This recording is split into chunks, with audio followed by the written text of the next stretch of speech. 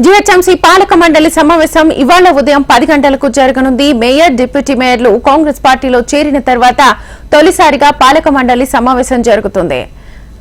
వర్షం సహాయక చర్యలు, కుక్కలు, దోమల బెడద, సీజనల్ వ్యాధులు, జీహెచ్ఎంసీ అప్పులు, ఆర్థిక సంక్షోభంతో పాటు ట్యాక్స్ కలెక్షన్, టౌన్ ప్లానింగ్ అంశాలపై చర్చించే అవకాశం ఉంది. మల్కాజ్గిరి ఎంపీ హోదాలో ఈటెల రాజేందర్, సనత్ నగర్ ఎమ్మెల్యే హోదాలో తలసాని శ్రీనివాస్ యాదవ్, అదేవిధంగా కాంగ్రెస్ పార్టీలో చేరిన బీఆర్ఎస్ ఎమ్మెల్సీలు ప్రభాకర్ రావు, బొగ్గారపు దయానంద్ కౌన్సిల్ భేటీకి హాజరు కాబోతున్నారు.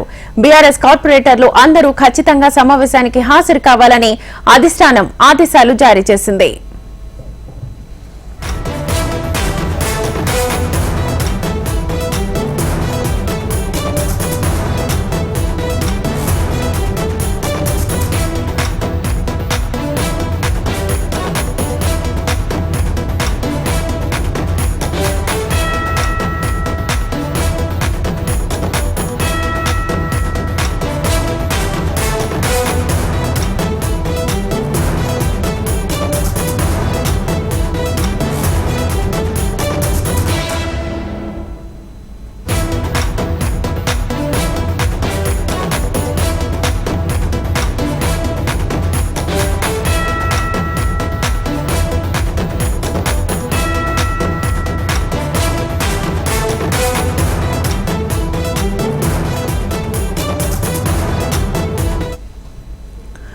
జీహెచ్ఎంసీ పాలక మండలి సమావేశం ఇవాళ ఉదయం 10 గంటలకు జరగనుంది. మేయర్, డిప్యూటీ మేయర్లు కాంగ్రెస్ పార్టీలో చేరిన తర్వాత తొలిసారిగా పాలక మండలి సమావేశం జరుగుతుంది.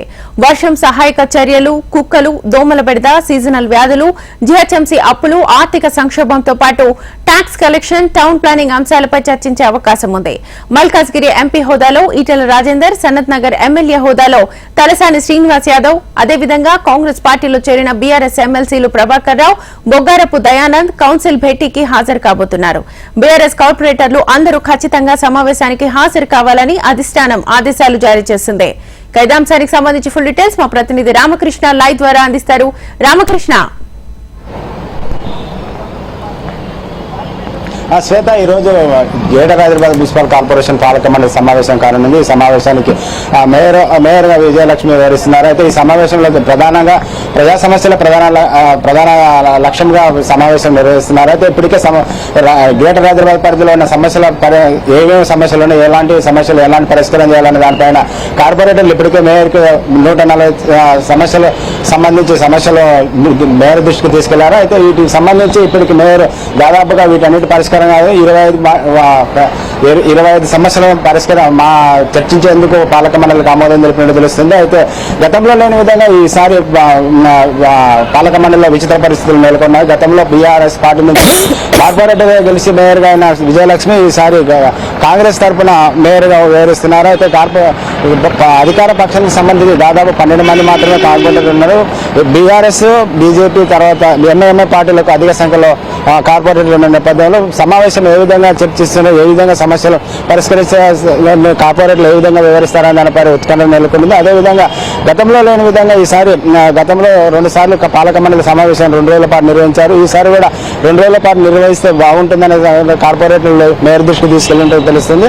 అటు విషయం ఇంకా ఇప్పటివరకు అయితే మేయర్ ఎలాంటి చూస్తున్నారు, ప్రధానంగా నగరంలో ఏ సమస్యలు ఉన్నాయి, వాటిని పరిష్కరించే ఏ విధంగా చర్యలు తీసుకోవడం ఉన్నాయి. ఇప్పుడు ప్రస్తుతం వర్షాకాల సమావేశం నేపథ్యంలో వర్షాకాలంలో గ్రేటర్ హైదరాబాద్లో ఎక్కడ చూసినా మనకు నల్లాలో వర్షం పడి కొద్ది చిన్నపాటి వర్షానికి నల్లాలో నిలిపోవడం, రోడ్లపై భారీగా నీళ్లు రావడంతో పాటు గ్రేటర్ హైదరాబాద్ పరిస్థితి ఉంటుంది. అయితే వీటికి సంబంధించి ఎలాంటి చర్యలు తీసుకోవాలి, ఎలాంటి అనే విషయాలు కూడా చర్చించే అవకాశం ఉంది. అదేవిధంగా సీజనల్ వ్యాధులు కూడా పెద్ద ఎత్తున వ్యాపిస్తున్నాయి, భారీ స్థాయిలో వ్యాపిస్తున్నాయి, కేసులు కూడా నమోదవుతున్న నేపథ్యంలో వీటికి చర్యలు ఏ విధంగా తీసుకోవాలనేది కూడా ఉంది.